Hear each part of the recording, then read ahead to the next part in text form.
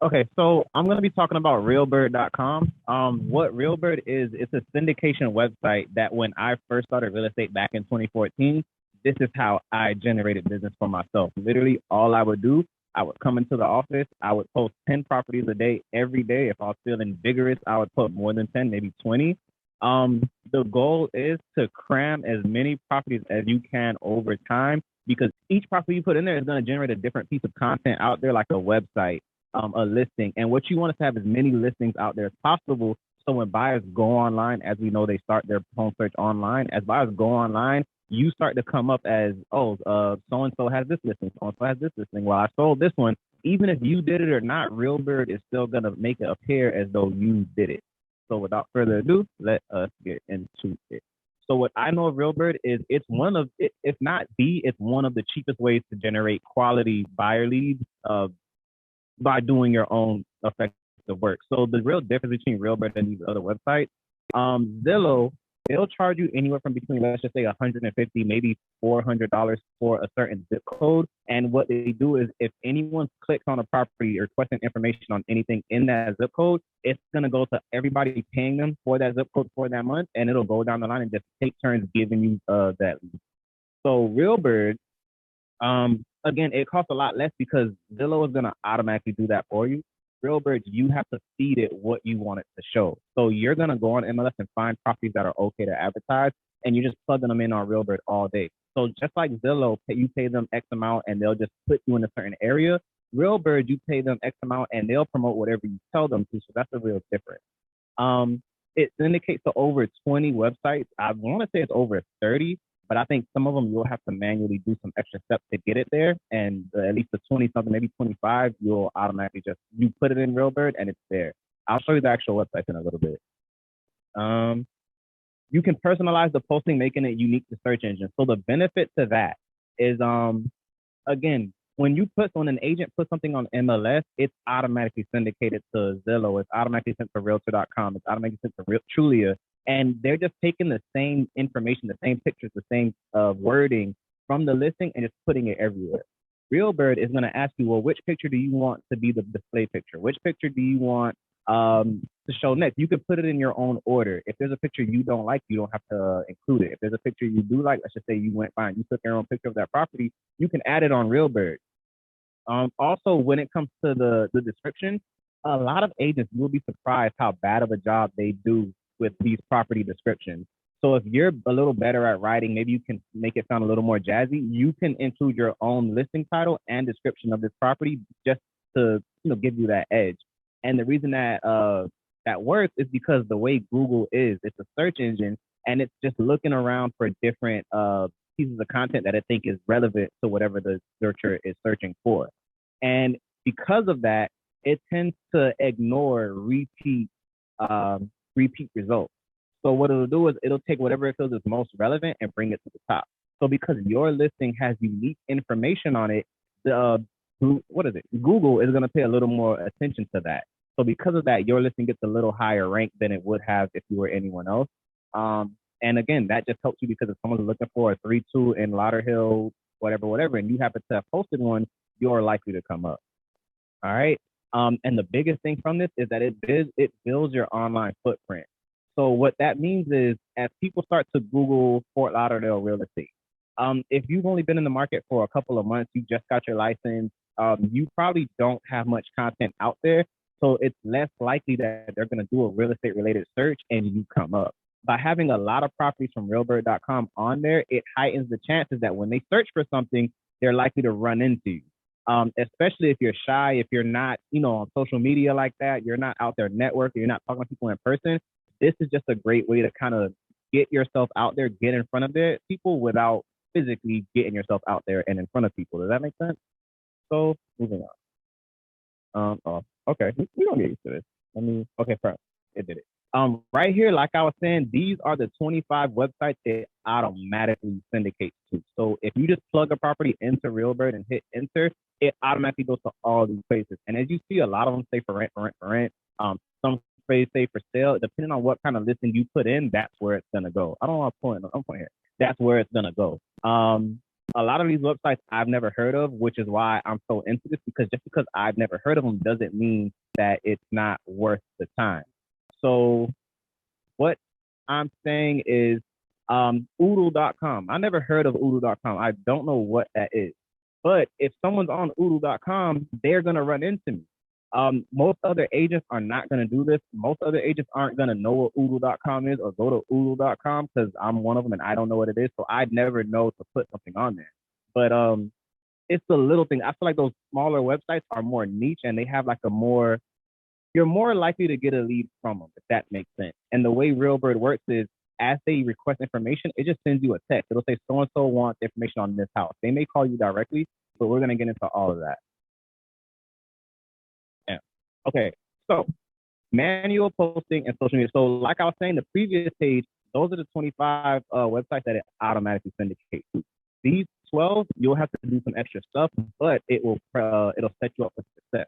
So when you put the listing into Realbird, what it does is it'll automatically syndicate it to the 25 I showed you, and then it'll give you a postable, I guess like a, how would I word this? Like a format or we'll call it a format, but you know what I really mean. So it'll give you like a format for that platform. So let's just say I wanted to post on Craigslist. Realbird will actually say, here is your Craigslist form. Here's your Craigslist code. It's specifically designed for Craigslist. If I wanted to put it on YouTube, it'll say, here's a video we made. It's just going to make a slideshow of the pictures and make it a video. Pinterest, Instagram, like I said, it automatically knows their sizes, their layout, how they work, and what they want. And it just makes it easier for you to be able to just shoot out content all day, every day. Okay, how to use it. So here's how I use Realbird.com. Again, I'm not an employee of Realbird.com. They do offer their own unique trainings. I've tried to watch one of the trainings. I wasn't a fan of it. It was hard for me to grasp the information. So here I am explaining it from what I know. But there are a lot more features and things you can do on Realbird.com that I just don't know about. All I know about is what I do. So the first thing you do, create a membership. I have a promo link that I attach to the bottom of everyone's Zoom invite. It makes your first month $1. I think the cost, if you pay monthly, is $25 a month. If you pay annually, if I'm not mistaken, it's like $165 for the year. If for whatever reason you aren't ready even to start the dollar trial, you can always just use my Realbird account just to kind of get used to putting the properties in.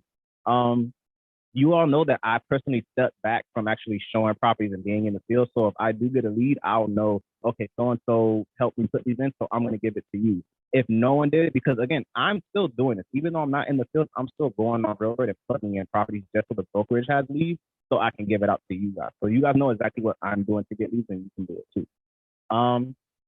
So use my promo link. You get your first month for $1, and after that month, you can do whatever you want, whether you pay for the year or continue to pay monthly at $25 a month. Personalize your profile. Don't just sign up and start doing things, because again, this is all about, the whole reason we're doing this is to build up content and to get you guys an online presence. So personalize your profile with a company logo, fill out the company address, put your phone number, your email address, your social medias, put some pictures, whatever it is, just asking you, the more content and information you can put into Realbird, as far as your profile is concerned, the better, because people just want to, when people look through your profile, they're going to see a real person, someone who's been out here, someone who has a lot of content, and they probably know what they're doing. If they see a profile with no picture, no company logo, nothing like that, people instantly assume scam. It's scam. So, number 3, shop the MLS and look for properties that are likely to attract buyers and tenants. So what I'm saying is, I personally wouldn't dedicate the time posting $20 million properties on Realbird all day, only because there's a very limited buyer pool of $20 million. I don't know many people with that much to spend, and if they do have that much to spend, are they willing to spend it on a house? What I do know a lot of people are interested in is single family homes, usually 3-2, sometimes 2-2s. The average price is around maybe 300 to 600. So I'm going to stay in that bracket. I might even narrow it down. And what I'll do is, let's just say one day the theme is I'm going to post rentals. If I'm posting rentals, I'm only going to post rentals I'm willing to work that are worth my time. So personally, I won't post any rental that's under, say, $1,800 or $2,000 a month, but I won't post any rental that's over, say, $300, $3,500 a month, because again, if it's too hard to find a buyer, it's not really the best use of time. There are hundreds of properties on the MLS between sale, rental, leasing, commercial, vacant lots. There's so many out there. So just try to make sure you're putting out things that people are actually going to find interest in. When I was doing this, you'll never know which property is going to pop. So I was doing a rentals one day. One day I put in one rental that was on the water. It was like 2,200 a month. Different market for a different time. That probably will not be that price anymore. But on that one posting, I got at least 20 leads, 20 actual leads that I went out and worked with. And from that one posting, I've closed probably, I want to say 7 of the 20. So it does work. Just keep going, keep going, keep going, because you don't know which one is gonna, blow up and get you content after content after content. You may pop one, you may post one and no one calls you on it ever. So it's important to just keep going, keep the consistency, and not let up. I'll show you how to shop on MLS and how to actually find it. You actually, in the search criteria, there's a box you can type in that says okay to advertise, and you want to check off okay to advertise with broker. I think it says designation or without. I check both just because I'm gonna put who the listing broker is anyway. I will show you that in real time after this. Make sure they're okay to advertise, like I was saying. And if it does not say okay to advertise, if it says with written approval, or just if it's blank, send them an email or text. But I prefer email. Don't call about this because it has to be in writing. And you ask this right here. I'll put it in quotation.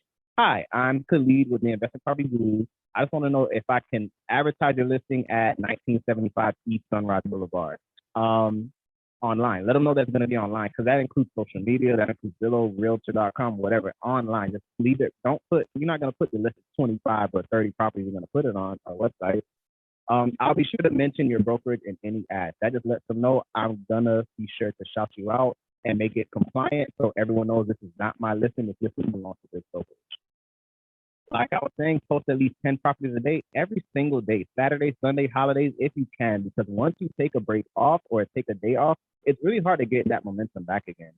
So what I would suggest you do is just do it first thing in the morning. So when you wake up, make that the first thing you do. I would probably say it takes about 3 to 5 minutes per property. So 10 properties, that would probably take you about an hour. So the first hour you put in of work a day, make it 6. If you want buyer leads. If you don't want buyer leads at all, then by all means, don't do it. But again, buyer leads can turn into a lot of other things. A buyer lead can be a seller lead because they may be trying to buy to sell something else. They may have referrals. So again, this is just a great way to just get your name out there. Stay up to date on property statuses and current advertising rules and laws. I say this because, like I said, I was doing this in 2014. It was great. Everybody was doing it. Everybody was making money off of it. It was working. But then the Miami Board of Realtors, I think it was the Miami Board of Realtors, they changed the regulations and you were no longer allowed to do it. And right when they did that, I had so many listings out there. Another agent from another brokerage complained on our broker at the time and the entire brokerage, saying that we were deceiving the public. As a result of that, the Board of Realtors fined every single agent involved $500, and we had to take an ethics class. That could have been avoided because, honestly, beforehand, they sent out multiple emails saying, hey, you guys can't do this anymore. It's no longer allowed. Take down all your listings. I thought I took them all down, but I still had some out there. So it's really important to know if you're going to post on different websites or post places other than this, just keep track of what you're allowed and not allowed to do. As of right now, August 26, 2021, you're allowed to do it. So keep checking. As far as the status, you're gonna, I'm not to say go through and check every single property you put in and make sure it's still available online. What I'm saying is if someone calls you on a property and you check online and you see that it's unavailable, it's rented now, or it's pending, go back on Realbird and change that status. Don't just leave it alone because your Realbird account says it's active. That's false advertising. That's misrepresentation because you're representing a property that's available when you now know it's not. So please be on top of that. I cannot keep up with everyone's Realbird account. Yeah. Call it as you get leads. Be sure to follow up with them rapidly. So I would say within like 2 hours. Otherwise, because they're just online and they're just clicking away. They see a property, they like it, they click it, they keep moving. So you can imagine how many realtors are getting this person's contact information at this time. So by getting in there quickly and just making sure you're one of the first people to capture this lead, talk to them, make them comfortable, and make them like you, they're likely to say, "Oh, I already have a realtor when the next one calls." So let's see. I should remember these slides. I don't even know what's coming up next. Okay, bam, I love this. So when a lead comes in, here's how you know what to say. So it's going to be circumstantial. If they call you, they're more than likely going to say, "Hey, I'm calling about that house you got for sale." And you're going to be like, What are you talking about? You know what I'm saying? You're not gonna know. Don't panic. Don't act crazy. Don't act like you don't know what they're talking about because you yourself did advertise a crap load of properties online, so you better. So what I do, I'd be like, okay, give me 1 second. Let me check the status of that because the market is crazy right now. Everyone's expecting it to be available or not. So 1 second, let me check the status of that. If you have to call them back, say, okay, cool. I'll check the status and I'll call you back. In the meantime, are there any questions you have? And they just kind of let you have an idea of what they're going to want to know. So when you do pull it up, you can also pull it up and find out the answers to those questions or pull it up and just be prepared for the conversation they're going to want to have. If you call them, you're going to call them and say, hi, it's Khalid with the Investment Property Gurus. That property you asked about is available. When do you want to see it? If it's not available, hi, it's Khalid with the Investment Property Gurus. I put update status on Realbird first, but it doesn't really matter what order you do it, just do it. Update the status if you know it's no longer available. Solar Prospect, I'm sorry, that one's under contract. But here are some similar options. Which ones do you want to see? So what I do in that instance is if they request information on the property that's not available, I'm not just going to say, I'm sorry, it's gone and let them move on to the next agent and the next property. I'll say, I'm sorry, it's gone, but I've already ran a search. Here are some similar options, maybe 6 or 12 properties in the same area. If the one they requested is a 2-2, send them a list of 2-2s. If yours is priced at 1,500, send them a list of 1,600 and under. If you're in Lauderhill, send them that whole Fort Lauderdale area. What if just send them things that you think they would like and just ask for the code. Go straight for when do you want to see it? Then once they say, okay, I'll see it today, or can I see it tomorrow? Now is your time to say, okay, well, just to make sure we're okay, have you been pre-approved already? Do you have your proof of funds? Or if it's a rental, are you okay with first security? I see they have a credit restore requirement. Are you okay with a credit check and a background check and an income check? I see they take 30 days to approve. Is that okay with you? Make sure it's gonna work out before you show it, unless you just want to meet these people. The first property they like is always a great place to meet because it's just a great way to kind of see their taste. All right. What's that? Okay. So once you're talking to somebody, whether they called you or you called them, once you have them on the line, here's what you really want out of this whole ordeal, out of this conversation, out of this relationship. Number one, you want this person to hire you as their realtor for life. They're not hiring. Well, your ultimate goal isn't to just get them to hire you for this one transaction and move on. You want them to hire you for this transaction, and as their life progresses, they're ready to buy another one, or they're ready to sell it, or they're ready to do anything else. They're going to call their realtor. If they need to refer a realtor to somebody, they're going to refer their realtor. So it's important that this first conversation, you be entirely and completely yourself. People do pick up on inauthenticity. Be yourself, be comfortable, and just make them comfortable because all they want from you is to know that they can rely on you to get the job done, to know that you work hard, to know that you're a real person, and that they can be comfortable in themselves. Find out if they're actually ready. A lot of people just as a hobby look at properties and just want to know, oh, how much is this? Is it available? Can I see it? Because believe it or not, seeing properties on the weekend is a full hobby. So make sure they're ready. You want to know, do you already have a pre-approval letter? Do you already have your proof of funds ready? Is there anything you got to do before getting ready? Do you have your first security if you're renting? So just make sure they're ready before they waste your time. And then you want them to agree to meet you at some point, whether it be at the, wow, that's loud. Whether it be at the first property they want to see or whether it be at their house, at the office, whatever the situation is. I personally meet most of my clients at the property. I've an office. I've had offices. In my entire career, I've met very few clients at the office. Very few. Not to say you can't. I'm just saying the house tends to be a better meeting place because you get a full field on what they're cringing at, what they're raving over. I just like it. And then the last thing you really want for them is referrals. You want them to be so happy with you and so comfortable with the conversation they've had with you. If they know anyone else looking, they'll say, hey, you know what? Here's the guy. Here's the girl. Here's the person you need to work with. You just want comfort. Okay. What you need from this person, different from what you want. So here's what you need. You cannot move forward without these things from them. You need a copy of their pre-approval letter or proof of funds if they're paying cash.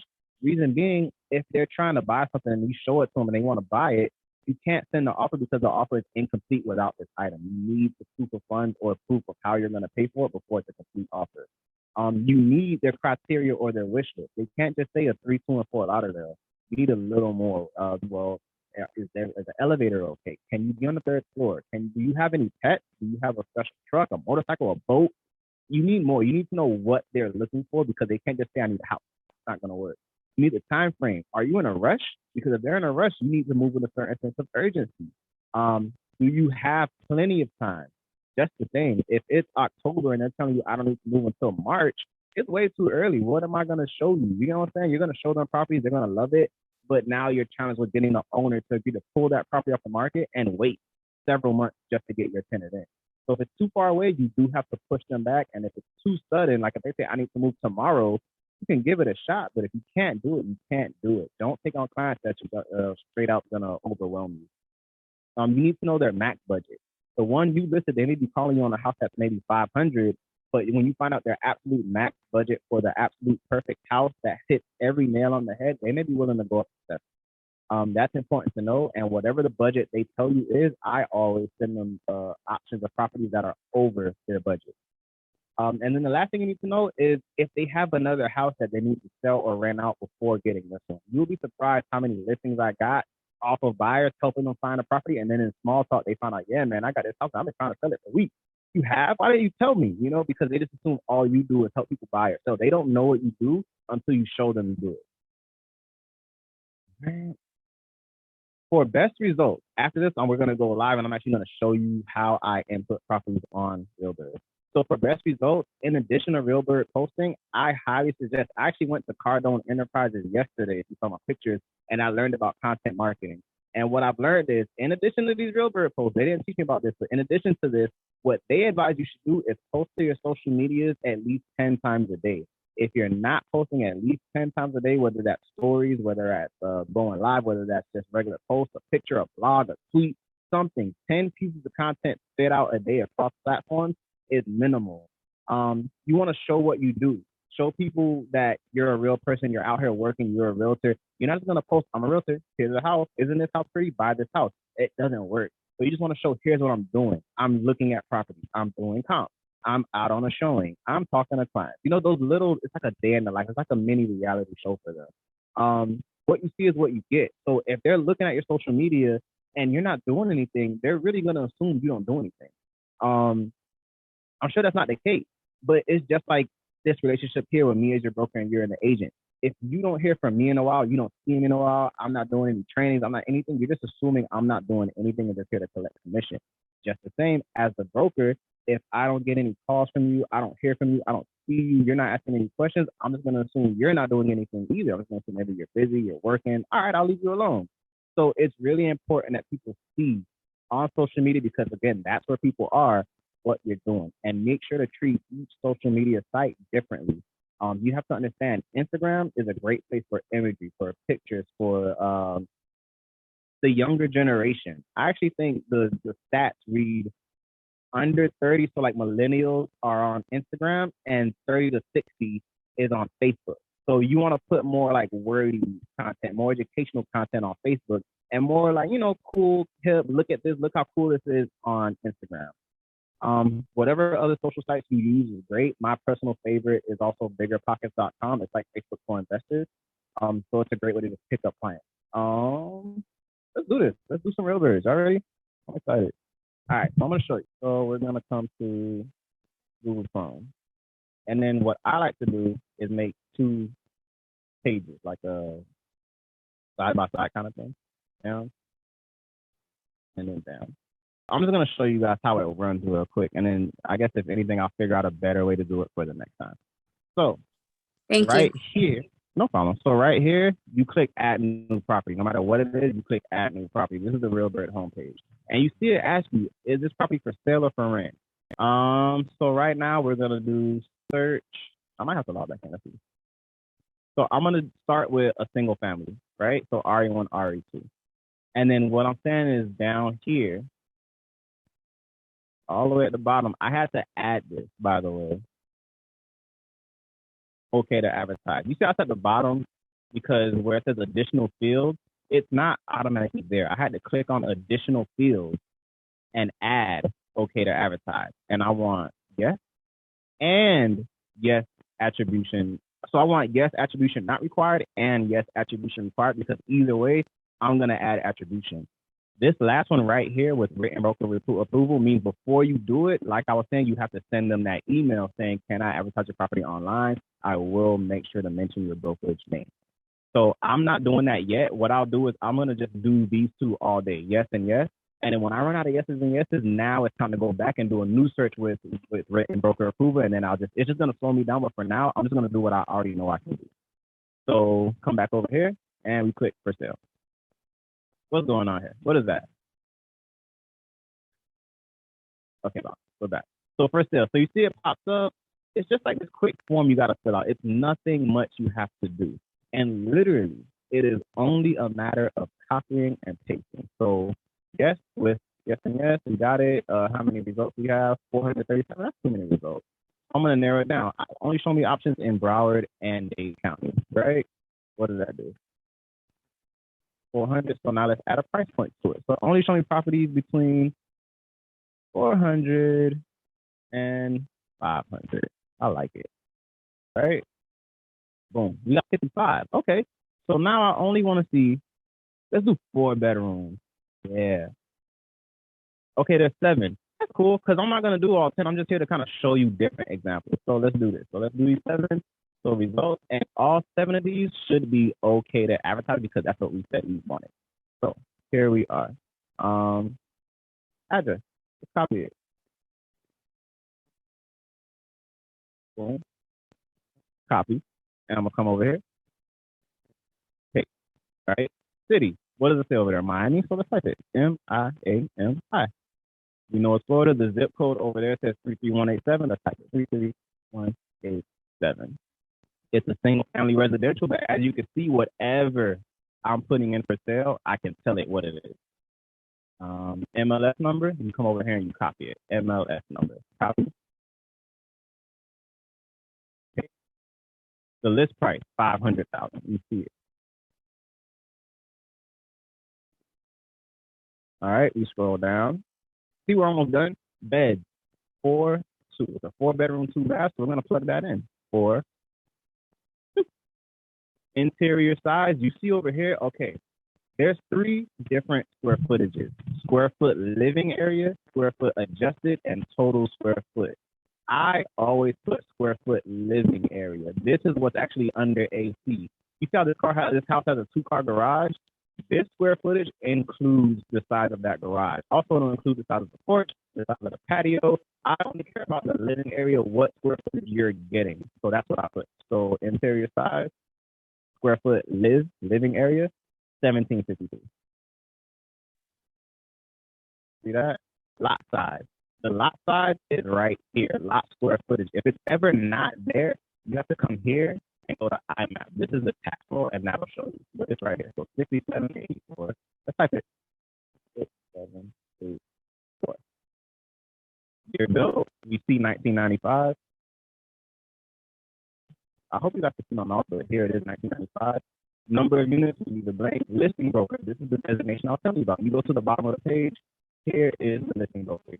Agent office information. Listing broker name. Yeah. And while you're here, just to kind of show you the listing agent name, here's their office address, their email address, the listing agent phone number, the office phone number, and the second listing agent phone number, which is for some reason. And right where we say on submission, you'll get. But if you see this thing for like $100 or something crazy, don't even put it on there because you already know if you sell this, they're not going to pay that much. But 2.5%, I'll put that. I'll do that. So I'll keep going. So listing broker, I'm here and we paste it. Listing title. Okay, so here's where it gets fun. Listing title and the brief description. So listing title, I'm just going to read it, and I'm going to pick the first sentence that I like best. So welcome to this channel, blah, blah, blah. Okay, whatever. It is what it is. So I'm just going to take this first sentence, and you're welcome to take whatever sentence you feel you like best, right?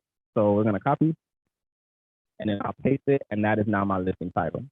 Yeah. And then as far as my listing description, I read it. Make sure you read it. Here's a very important thing. Make sure you read it and make sure there's nothing discriminatory in there. A lot of agents will accidentally put discriminatory stuff in their remarks, and they won't know it's discriminatory. And if someone sees it and gets offended and reports it, whoever posted it is in trouble. So if they see your site online and you have discriminatory information, you did it. We're coming after you. So just read it. Make sure there's nothing about race, sex, gender, national origin. You don't want it to say anything like see, it's so scary because I don't even know if I can say it in example in training and not get in trouble. But you don't want to say like it's great for black people. You know what I'm saying? Like that. Whoa, you can't say that. But people would put that thinking it's gonna be taken positively. But you don't want stuff like that. That's not the thing. So I'm cool with all of this. So I'm just gonna copy, and it only lets you put 600 characters. So because I already put that first sentence in the title, I'm not gonna copy it again, and I'm just gonna paste it right here. Paste, right? And now the last thing I'll do is just take the picture. So open up the picture, this first one, save it, there, and then come up here. This is now my main photo. This photo is my main photo. So click this up, get me to, there it is, open. I now have a main listing photo, and then I hit publish, right?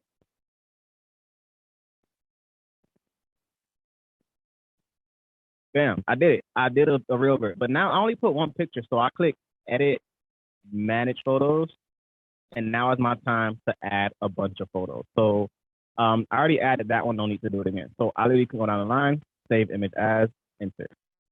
Next picture, save image as. I probably shouldn't have been on 25 pictures, huh? I should have found like 5. Okay. Save image as, insert. Every single picture. Okay, that's repetitive. I like this one better, but it is what it is. You don't have to put repetitive pictures. Like that's a picture of a closet. I'm not putting a picture of a damn closet. Not even a nice closet. Okay. New lesson. New lesson. If you have a listing, take your picture seriously because remember, when you take these pictures, you're taking a picture of the room. You're showing the property. This is a picture of a sink. This is great if I wanted to buy that mirror or buy that sink. I don't know why there's a wire running across the sink. It looks like a fire hazard. But nonetheless, I don't even know if I can say all this. Jesus Christ, real estate is stuff. Okay, I'm gonna edit this part out. I'm gonna edit this part out, but you guys know it. So just know, take a picture of the room, not the sink. I'm not even gonna add that picture. This is okay. I'll take a picture of the bathroom. Save. That's a nice chair. All right, I'll take that.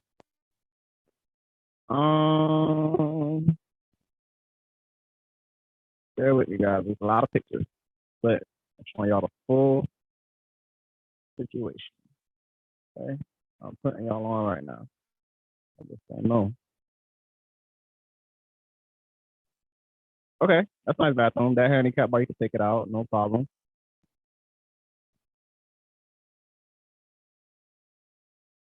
After this, I'm gonna do one more. I'm gonna do multifamily just so you can kind of see the difference. Because multifamily is the only one that's a little different. Rentals, sales, vacant lot, all of that crap is the same, but multifamily is different. Wow. Wow. I guess I'll take a picture of that. Okay. But you see how I'm not taking every picture. This is a picture of a tree. You know, it's good if you like mangoes, but we're not selling mangoes. Okay. Upload multiple photos. Yeah. And then all the pictures I just copied are right here. Let's find the best way to. Okay, so here we're gonna do it. Copy them all. Boom. And then I hold command because I'm on a Mac, and that's how I get to it. And then I hold command and unselect that because I'm on a Mac. And it's there. Uploaded. Look at that. That's it. I did it. I did the thing. I just put this property on like 25 websites. Just now, you saw me do it. You saw the whole thing. This is good. Okay. So, you can rearrange the photos. For the sake of time, I'm not gonna. So let's do one more. So we're gonna come back here, add new, for sale. And again, like I was saying, if you're doing this scroll out, you did number 1, you go to number 2, and you do it. You go to number 3, and you do it. Once you hit 10, you move on to something else. You did it. Good job. So residential income, as we all know, these are multifamily properties between 2 and 4 units. So let's post one just to kind of see how it goes. So show me everything in Dade and Broward County that is okay to advertise both with and without attribution. There's only 6. So you know what? I did Dade and Broward last time. I actually think I have all 6 posted. So I'm gonna do Palm Beach today. Just so you got to see this inventory shortage. There's only 6 of them that'll allow you to market it. So if you want to market more, you have to send an email and verbally ask for them so that you do it. Where's Palm Beach County? LMNOP. This probably ain't no alphabetical order. This should be alphabetical order. Wow. Okay. Wow. There's none in Palm Beach. That's okay. That's okay. Ain't no problem. Ain't no problem. I'm gonna just do it again. Do it again, right? Okay. Here, let's go this one.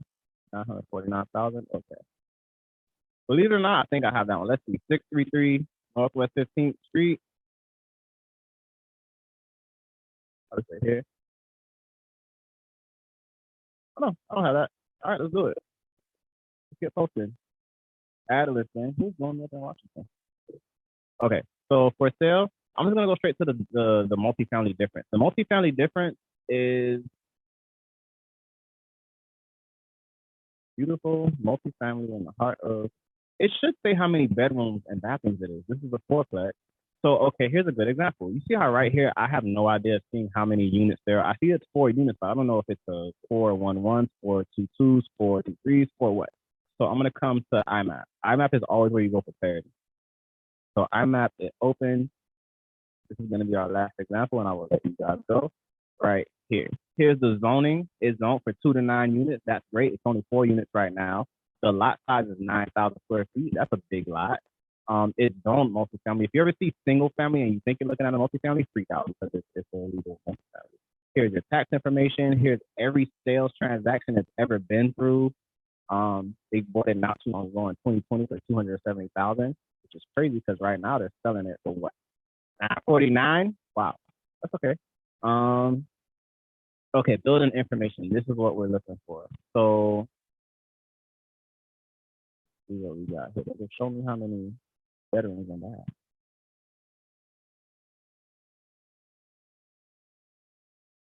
Unit, bed 0, bed 0, bed 0. So naturally, when you see bed 0 like this, that usually means their efficiency for studios. But the size of these is crazy because this one is 2,600. So I'm imagining that's one structure with different units on it. Look at that. Yeah, I didn't expect to get this technical today. Okay, yep, just like I was saying, see how this one has multiple structures? Here's a structure. That's just one unit over there. Here's a structure. I don't know what this is right here, but there's situations like this where you run into, like, you'll probably have to call them and just ask, hey, what's the breakdown of this? But just to give you a rundown of what to do in this situation for multifamily, and then we'll go. It's the same situation as a single family as any other thing where you put the address, the MLS number, the price.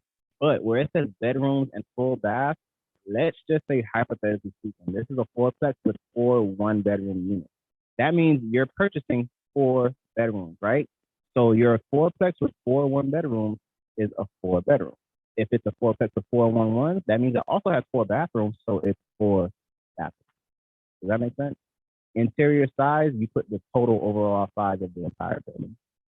That is really the gist. And then right here, you want to change this to multifamily. All right. So again, everything is the same. The only difference is multifamily. You're gonna put, the total amount of bedrooms and bathrooms and check out multifamily. If it's a vacant lot, guess what? It doesn't have any bedrooms or bathrooms. So the same situation, 0 now. 0 now. And also there's not gonna be a interior size. There's no living area. It's just a lot. So you're only gonna put lot size. Whatever doesn't apply, you just omit. We don't have to do any of this stuff, but if you do it, it's just extra credit. All right. That is the gist of Realbird. Again, I already sent out the link to start your trial for $1, but I'm going to put it on YouTube and it'll be in the description. So if you want to start Realbird, try it for $1, just click the link in the description. Does anyone have any questions on anything at all before I go?